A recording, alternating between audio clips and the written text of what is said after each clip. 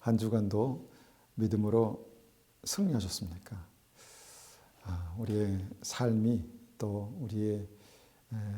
우리가 살아가고 있는 이 나라가 여러 가지로 복잡하고 또 정말 어려운 가운데 있습니다. 우리에게 기도가 필요합니다. 하나님께서 우리의 삶을 정말 가장 좋은 길로 인도하실 줄 믿습니다. 이런 과정을 통해서 우리의 믿음을 주님께서 단단하게 하시고 우리 교회들을 주님께서 바로 세우실 줄을 믿습니다. 주님께서 우리의 삶을 통해서 그런 은혜를 베푸실 줄을 믿습니다. 오늘 함께 나눌 말씀의 제목은요, 함께 지어져가는 믿음입니다. 함께 지어져가는 믿음. 여러분, 여러 가지 일들을 볼 때 주님 오실 때가 점점 더 가까워졌다, 그런 생각 안 드십니까? 우리 기도하시는 분들은 아마 그런 생각을 하실 것입니다. 여러 가지로 요새 어떻게 전 세계적으로 화산이 폭발하고 지진이 일어나고 기상이변, 그 다음에 여름마다 이 북미에는 산불이 그렇게 생각이나 했겠습니까? 산불이 그냥 겨울에도 여름에도 아주 그냥 좀 무시무시합니다. 급변하는 세계 정세를 보면서도 그런 생각합니다. 트럼프가 대통령이 되고 정말 뭔가 세계 질서가 유지되나 이렇게 이제 생각을 했었는데 점점 더 뭔가 오히려 세계 그 경찰을 자처했던 미국이 오히려 여러 가지로 다른 나라들을 위협하는 그런 상황 가운데서 뭔가 질서가 깨지는 깨지는 것 같은 어떤 그런 위기감을 느끼게 된다는 것입니다. 마태복음 24장을 보면은 주님 오실 때 징조가 있다 이렇게 말씀합니다. 우리가 이 주님 오실 때 징조가 무엇인지 각자가 말씀을 통해서 믿음으로 봐야 되겠지만 지금 우리가 살고 있는 세상은 점점 주님 오실 때의 그런 모드로 변해가고 있다라는 생각을 하게 됩니다. 그래서 주님 우리에게 말씀하시죠. 깨어있으라. 깨어있으라. 깨어있어야 합니다. 왜 그렇습니까? 주님 생각하지 않은 때 갑자기 오신다라고 말씀하셨기 때문입니다. 우리가 여러 가지 일로 우리의 정신이 다 팔리고 불안해하고 염려할 때 주님께서 갑자기 오신다 이렇게 말씀하신다는 것입니다. 여러분, 깨어있는 것이 무엇인가에 대해서 우리가 한번 깊이 생각해 볼 필요가 있죠. 그러니까 주님 오실 때 그 믿음의 상태로 준비되어야 한다는 것입니다. 무엇이 어떻게 준비됩니까? 저는 두 가지 생각합니다. 우리가 믿음을 좀 길게 보아야 된다라는 것입니다. 길게 보는 믿음으로 우리의 믿음이 준비되어야 합니다. 영혼을 보는 믿음. 오늘을 살지만 영혼을 살아갈 것처럼 살아가는 그 믿음이 우리에게 필요하다는 것입니다. 그래서 두 번째 제가 또한 늘 생각하는 것은 영혼을 바라보기 때문에 오늘을 사는 믿음이 중요합니다. 영원한 삶이 있기 때문에 오늘을 사는 믿음이 중요하다는 것입니다. 그래서 오늘 하루 우리가 감사하며 성실하게 살며 영혼을 준비하는 그 믿음이 오늘 우리의 삶을 통해서 그렇게 완성된 것인 줄 믿습니다. 그래서 이제 이 믿음을 우리가 가져야 되는데 오늘 우리가 생각해 볼 것은요, 이 구원받는 이런 믿음이 우리의 삶을 통해서 막연하게 그렇게 그냥 이해되는 것이 아니라 확증된다는 것입니다. 우리의 삶의 여러 가지 일들을 통해서. 무엇입니까? 가장 확실한 것은 열매죠. 열매를 통해서 안다라고 말씀하셨습니다. 열매를 통해서 구원받는 믿음인지 아닌지를 안다는 것이죠. 그러니까 그 나무가 맺는 열매가 우리가 그 나무가 무엇인지 혼동될 수 있습니다. 그런데 그 열매를 보면 그 나무가 무슨 나무인지가 확실히 알게 된다는 것이죠. 그래서 오늘 이 중요한 진리를 우리가 다시 한번 말씀으로 확인해 보기 원합니다. 우리가 함께 보실 말씀이 에베소서 2장입니다. 에베소서 2장.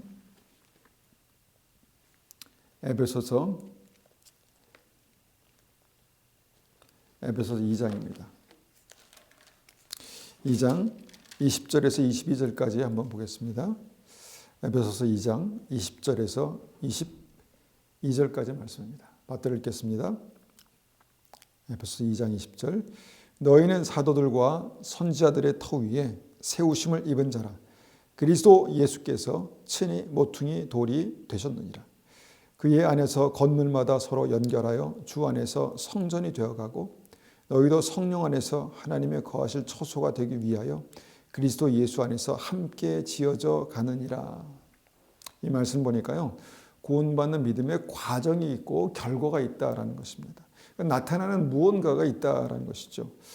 그래서 우리가 오늘 이 말씀을 통해서 확인해 볼 구원의 확증은요, 함께 지어져 가는 믿음입니다. 함께 지어져 가는 믿음. 여러분, 우리가 많은 사람들이 이 믿음에 대해서, 구원받는 믿음에 대해서 착각하는 것이 있다라고 생각합니다. 그것은 나만 잘 믿으면 구원받는다라는 생각을 하는 것이죠. 나만 잘 믿으면. 물론 어느 면에서는 그것도 그렇게도 구원을 이해할 수 있죠. 그런데 나만 잘 믿으면 구원받는다. 여러분, 그것은 구원의 진리를 크게 오해하는 그런 믿음입니다. 간단한 예로요, 마태복음 25장의 양과 염소의 비유를 보십시오. 그 중에서 염소의 신앙을 가지고 있는 사람들이 뭐라고 말합니까?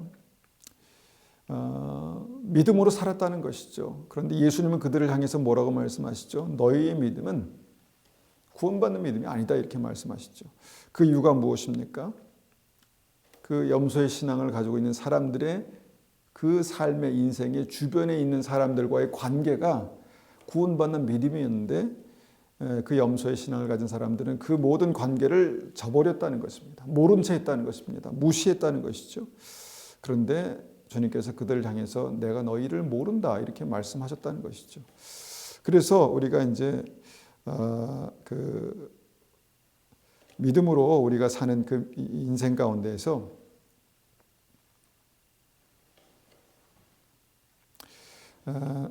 그래서 이제 우리의 그 믿음으로 사는 인생 가운데서 그 관계가 굉장히 중요하다는 것이죠. 갑자기 정말 원고가 적혀 있는 이 아이패드가 좀 문제가 있어가지고 제가 설교가 잠시 중단됐습니다. 우리의 믿음은 관계로 그렇게 나타난다는 것이죠. 어떤 관계입니까? 함께 만들어져 가는, 지어져 가는 관계로 그렇게 나타난다, 그렇게 확증된다, 이렇게 말씀합니다. 말씀을 자세히 보니까 이렇게 말씀하십니다. 사도들과 선지자들의 터 위에 그 믿음이 지어진다. 무슨 말씀입니까? 우리의 믿음의 선진들의 그 믿음의 발자취, 그들의 삶, 그들의 인생의 모습들이 구원받는 믿음의 과정이다라고 우리에게 말씀하는 것입니다. 그리고 또 무슨 말씀하십니까? 친히 예수님께서 그 믿음의 모퉁이 돌이 되셨다는 것입니다. 구원받는 믿음의 모퉁이 돌이 되셨다. 예수님께서 그 믿음의 기준이 되신다는 것이죠. 시작이 되신다는 것입니다. 그리고 예수님께서 시작이 되셔서 모든 믿음이 그 믿음 안에서 함께 만들어져 가고 지어져 가고 쌓아져 가는데 그것이 함께 지어져 가는 믿음이다, 이렇게 말씀하신다는 것입니다. 그래서 오늘 사도와 선지자, 즉 믿음의 조상들의 구원받는 믿음이 어떻게 함께 지어져 가는지를, 우리의 믿음과 함께 어떻게 지어져 가는지를 우리가 사도와 선지자, 믿음의 조상들의 삶의 믿음을 통해서 한번 확인해 보려고 합니다. 여러분, 아브라함의 구원받는 믿음의 과정 가운데는요, 여러 사람들이 등장합니다. 그의 삶 속에 이제 성경의 기록들을 우리가 이제 따라가 보면 그의 삶 가운데 첫 번째로 등장하는 중요한 인물 중에 한 사람이 엘리에셀이라는 사람입니다. 엘리에셀. 누구입니까? 아브라함의 종입니다. 엘리에셀이라는 아브라함의 종. 그는 종입니다. 친척도 아니고요, 친구도 아니고 그냥 종입니다. 막 부려도 되는 그런 종이죠. 그런데 그가 굉장히 중요한 사람이라는 것을 확인하게 됩니다. 어떻게 확인합니까? 아브라함이 그 종을 상속자라고 그렇게 소개합니다. 그러니까 그가 자식이 없었을 때죠. 자식이 없었을 때 아브라함은 그를 상속자로 생각합니다. 모든 재산을 다 물려줄 수 있는 그 상속자다. 엘리에셀이 상속자다, 이렇게 말합니다. 창세기 15장 2절 말씀을 제가 받들어 읽겠습니다. 아브라함이 이르되 주 여호와여, 무엇을 내게 주려 하나이까? 나는 자식이 없사오니 나의 상속자는 이 다메섹 사람 엘리에셀이니이다. 간단한 어떤 그 말씀에 기록되어 있죠. 이 사람이 내 상속자입니다. 이 엘리에셀, 이 종이 내 상속자입니다 라고 그렇게 고백하는 내용입니다. 여러분, 아무 관계도 아닌 그 종을 어떻게 했습니까? 아브라함이 믿고 신뢰하고 사랑하는 어떤 그런 아브라함의 모습을 보게 됩니다. 그러니까 믿고 신뢰하고 사랑하는 정도가 자기의 아들이 될 만큼, 상속자가 될 만큼 그런 정도였다라는 것입니다. 여러분, 이것이 바로 아브라함이 주변에 있는 사람들과 함께 지어져가는 믿음이라는 것을 보게 됩니다. 여러분, 구원받는 믿음은요, 주변 사람들과의 관계입니다. 결국 관계입니다. 그 관계 속에서, 아브라함의 관계 속에서 무엇을 보게 됩니까? 바로 성령의 열매를 보게 된다는 것이죠. 어떤 성령의 열매입니까? 사랑과 양선, 선을 베푸는 것과 충성을 보게 된다는 것입니다. 물론 여러 가지 일들이 성령의 9가지 열매가 그 가운데, 삶 가운데 있었죠. 근데 대표적으로 엘리에셀과 아브라함의 관계 속에서 그 사랑과 신뢰와 충성과 선을 베푸는 그런 마음들을 보게 된다라는 것입니다. 나중에 그 아들의 이제 이삭이 태어나고 그 아들의 신부감을 정할 때에 믿을 만한 사람을 보내야 되지 않겠습니까? 그때 이 엘리에셀을 보내게 됩니다. 그러니까 그때까지 계속해서 그 믿음의 신뢰 관계가, 충성된 관계가 이어져 가고 있었다라는 것이죠. 이것이 아브라함의 삶 가운데 함께 지어져가는 믿음의 관계입니다. 그 다음에 아브라함과 함께 지어져가는 관계를 우리가 생각할 때 롯을 생각해 볼 수 있습니다. 아브라함에게는요, 고향에서 나올 때 함께 데리고 나온 롯이, 조카 롯이 있었습니다. 여러분, 누구와 함께 산다는 것 감사한 일이지만 쉬운 일은 아닙니다. 아브라함을 하나님께서 크게 축복하셔서 큰 부자가 되었습니다. 그런데 문제가 생겼습니다. 조카 롯과 그 사업의 문제로, 목축업 사업의 문제로 분쟁이 생겼다는 것입니다. 아브라함의 종들과 롯의 종들이 가축을 키울 땅의 문제로 서로 부딪혔습니다. 심하게 부딪혔습니다. 함께 적당히 화해하고 함께 살 수 없을 정도의 어떤 심각한 어떤 갈등이 있었다는 것입니다. 그때 아브라함이 어떻게 결정하죠? 우리가 아는 대로 롯에게 먼저 그 사업을 이룰 땅을 선택하라고, 내가 살 땅을 선택하라고 그렇게 말합니다. 땅을 선택하라고 해서 작은 땅이 아니겠죠. 큰 그냥 그 어떤 가축을 키울 그런 넓고 큰 땅이겠죠. 그 땅을 선택하라고 합니다. 그런데 그때 롯이 어떤 땅을 선택합니까? 정말 비옥하고 정말 좋고 가축을 잘 키울 수 있는 그런 물과 먹을 것이 풍부한 목초지를 그렇게 선택합니다. 아브라함은 그게 필요 없었겠습니까? 그런데 조카 롯이요, 좀 그 은혜를 생각하지 못한 그런 행동이 아닌가 이렇게 생각될 정도로 좋은 것을 그냥 홀라당 가져가 버립니다. 그때 아브라함 마음이 어땠을까요? 사람이기 때문에 서운했겠죠. 야, 네가 그렇게 좋은 걸 다 가져가니? 라는 생각이 들지 않았을까요? 좀 아브라함의 마음이 좀 삐뚤어졌으면 미운 마음도 들었을 것입니다. 아, 이 녀석이 돌봐줬더니 좋은 거 다 가져가는구나 이런 생각을 했겠죠. 그런데 아브라함이요, 그의 어떤 삼촌의 권위를 내세우지 않고 통 크게 어떻게 합니까? 양보합니다. 그래, 거기 가져라고 그렇게 하죠. 그때 이제 우리는 이 작은 한 번의 사건을 통해서 무엇을 봅니까? 아브라함과 롯이 맺은 어떤 관계 안에 어떤 열매가 있는가를 우리가 생각해 볼 수 있겠죠. 어떤 열매입니까? 화평입니다.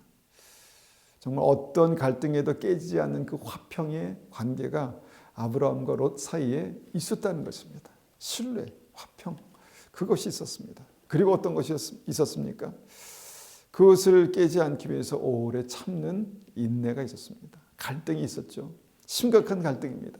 함께 살 수 없는 그런 갈등이죠. 그런데 그것을 다 참아내는 어떤 그런 아브라함의 믿음을 보게 된다는 것이죠.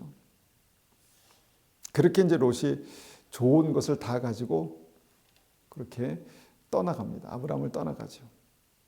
근데 그게 끝이었습니까? 떠나가서 끝이었습니까? 아니죠.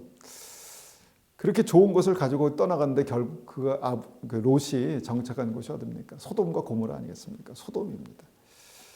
그 심판의 땅 소돔, 죄악이 가득한 땅 소돔. 정말 그렇게 욕심이 가득 찬 사람들이 정말 나도 저 땅에 가서 살고 싶다라고 해서 모인 그 땅이 이제 소돔이 된 것이죠.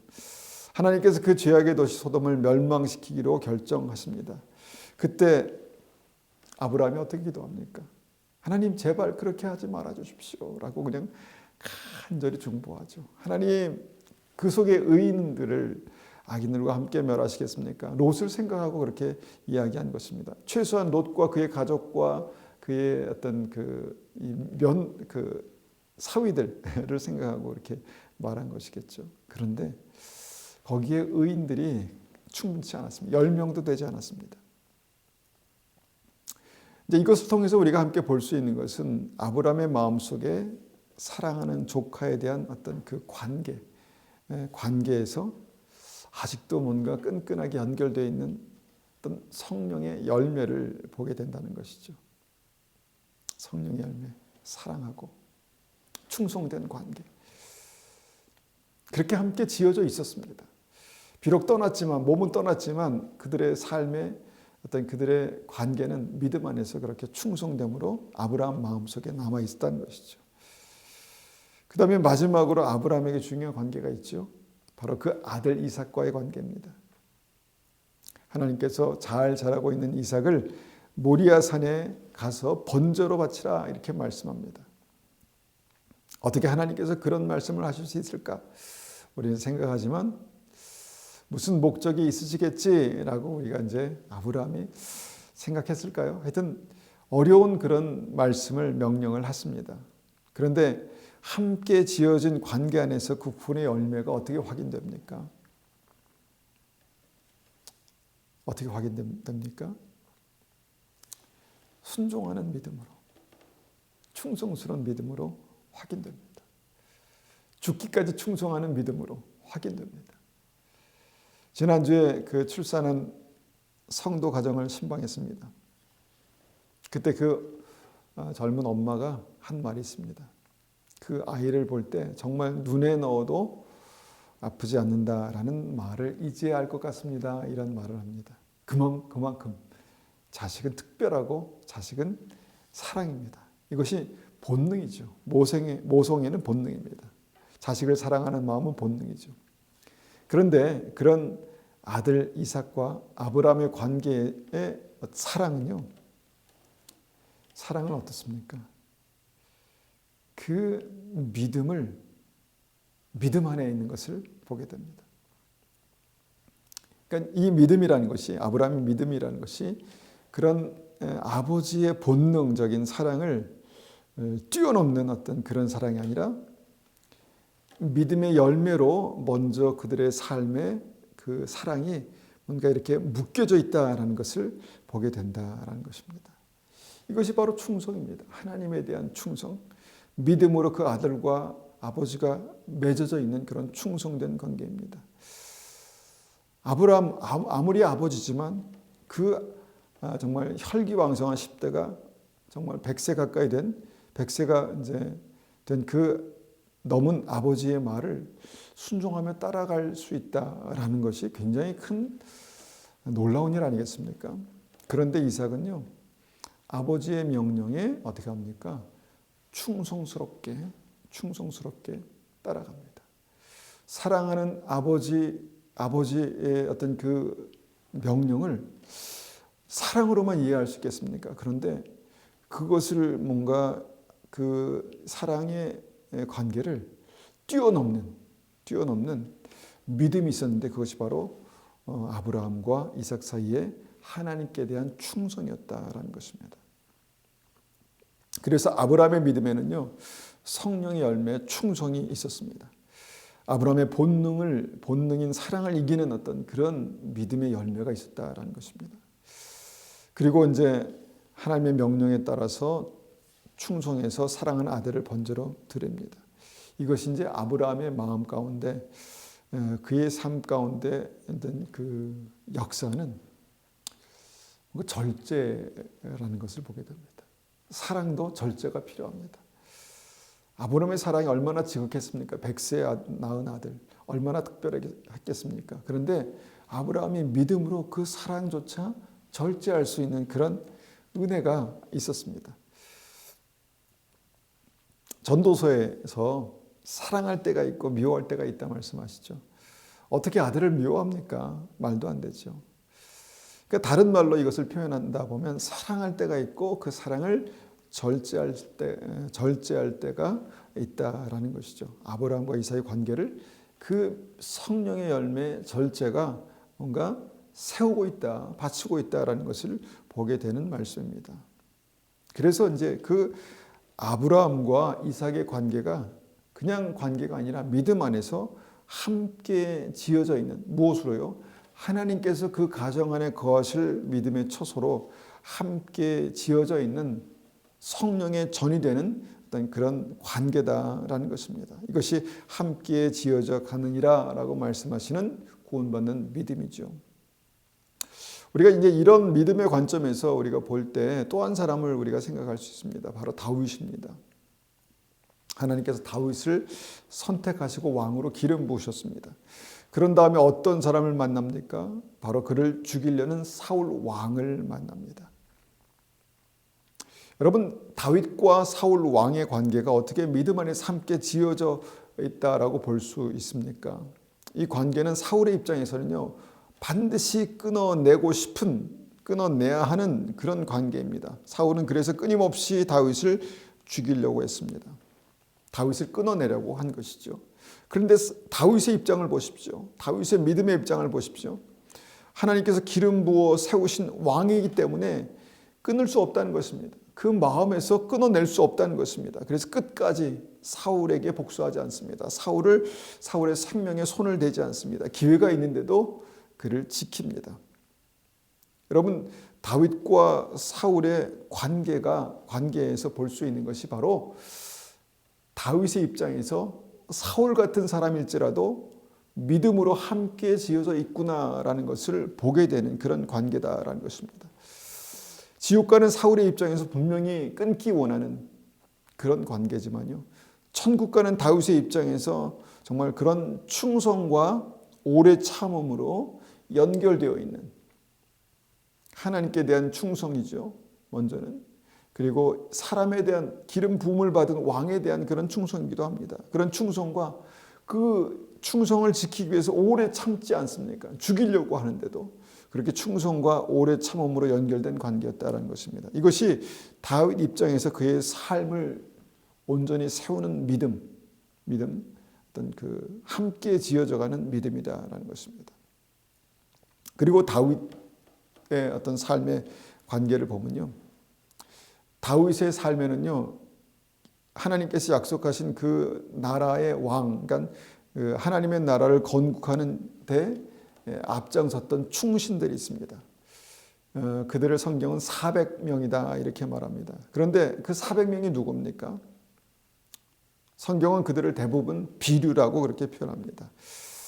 비주류 뭐 이렇게도 생각할 수 있겠죠. 인생의 실패자들이라는 것이죠. 또 어떤 성경에서는 뭐 비류를 불량배 이렇게 이제 표현하기도 합니다. 그런데 다윗이요, 그들을 이스라엘 건국의 기둥으로 세웁니다. 기둥으로 삼습니다. 그들이 그 기둥의 역할을 감당합니다. 그런데 여러분 생각해 보십시오. 하나님의 나라가, 다윗을 통해서 하나님께서 세우신 그 하나님의 나라가 그 비류들, 400명의 비류들과 함께 지어져 갔다는 것입니다. 놀랍지 않습니까? 놀랍지 않습니까? 인간적으로 생각해서는 그런 사람들과 어떻게 나라를 세워 이렇게 생각할 수 있지만, 믿음의 사람 다윗을 통해서는, 그 다윗과의 관계를 통해서는요, 하나님께서 그 관계를 통해서 그렇게 하셨다는 것입니다. 여러분, 이것이 믿음입니다. 그래서 믿음은 내가 예수님을 구주로 영접한 것으로 시작하지만요, 예수님을 구주로 영접하는 그 믿음은 물론 주님께서 그 믿음의 집 성전의 기초가 되시고 기준이 되시는 건 분명합니다. 그런데 성전의 기초와 기준이 되시는 그 믿음에 함께 지어져 가는 그 사람들이 있다는 것입니다. 함께 지어져 가는, 무엇으로 지어져 갑니까? 성령의 열매로, 그 관계로 지어져가는, 함께 지어져가는 사람들이 있었다는 것입니다. 분명히 있었다는 것입니다. 여러분, 그래서 구원받는 믿음은요, 내 주변 사람들과의 관계 안에서 함께 성령의 열매로 말미암아 지어져 갈 때 그것이 구원을 확인하는 확증이 된다라는 것입니다. 좋은 사람들과 함께 지어져 가는 것은 조금 수월하겠죠. 그런데 나를 죽이려는 사울과 함께 지어져 간다는 것이 어떤 의미인지 보셨죠? 나에게 손해를 끼치려는 정말 롯과 같이 그렇게 뭔가 얍삽한 그런 사람들과도 성령 안에서 함께 지어져 가는 것이 믿음이다라는 사실을 보게 된다는 것입니다. 어떻게 해요? 사울에게는 하나님께 대한 충성과 오래 참음으로, 롯에게는 사랑과 화평을 지킴으로 그렇게 함께 지어져 갔다라는 것입니다. 한편에서 이렇게 생각할 수 있습니다. 그렇게 내가 함께 지어져 가기 위해서는 내가 정말 입어야 할, 내가 감당해야 될 그런 손해와 어려움과 피해가 있지 않겠습니까? 물론 당시에는 그럴 수 있습니다. 그럴 수 있습니다. 그런데 보십시오. 함께 지어져 가는 그 믿음의 성전 안에 누가 계십니까? 형통케 하시는 하나님이 계십니다. 전능하신 하나님이 계신다는 것입니다. 여러분, 아브라함의 형통을 보십시오.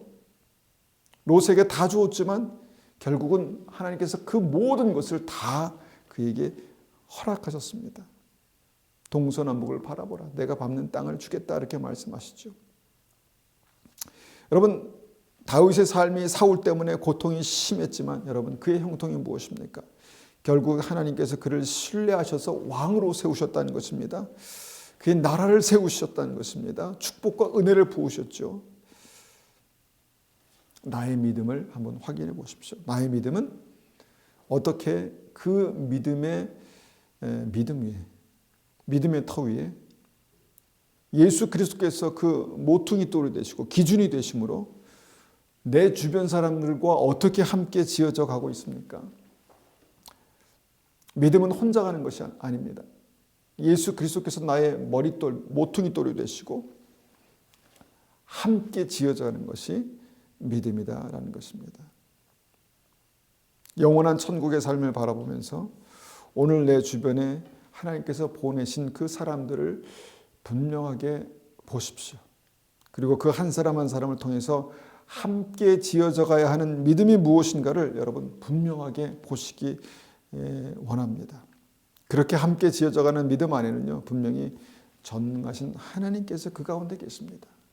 전능하신 하나님께서 두세 사람이 내 이름으로 모여서 함께 지어져 갈 때 그곳에 함께 하나님께서 함께 계신다는 것입니다. 그럴 때 그곳에 하나님의 능력이 나타나고 형통한 은혜가 나타나고요, 주님의 구원이 확인되는 것입니다. 그런 은혜가 우리 삶 가운데 있기를 간절히 축원합니다.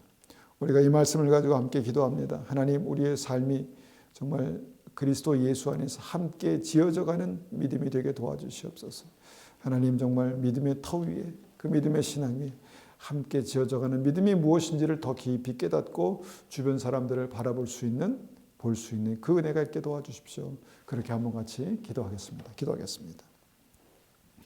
아버지 하나님, 감사합니다. 우리의 삶이, 우리의 믿음이, 정말 우리의 구원이 내가 예수 믿고 끝나는 그런 믿음이 아니라 내가 예수님을 구주로 영접하고 믿을 때 우리의 삶 가운데 예수님이 주인 되신 그 믿음의 삶이 나타나게 되는데, 그 삶이 결국은 내 주변에 하나님께서 보내신 그 사람들과의 관계인 것을 보았습니다. 어떻게 관계를 맺어야 할까요?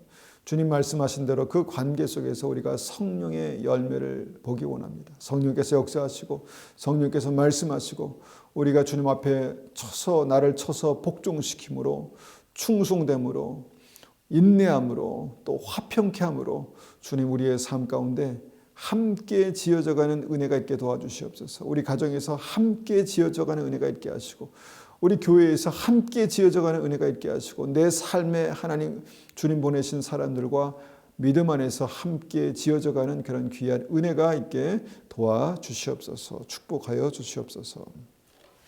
지금은 우리 주 예수 그리스도의 은혜와 하나님 아버지의 크신 사랑과 성령님의 충만하심과 인도하심이 오늘도 그리스도 예수 안에서 정말 믿는 사람들과 함께 지어져 가기를 소망하는 우리 믿음의 성도님들 머리 위에, 가정 위에, 교회 위에 지금부터 영원토록 함께 하시기를 축원하옵나이다. 아멘.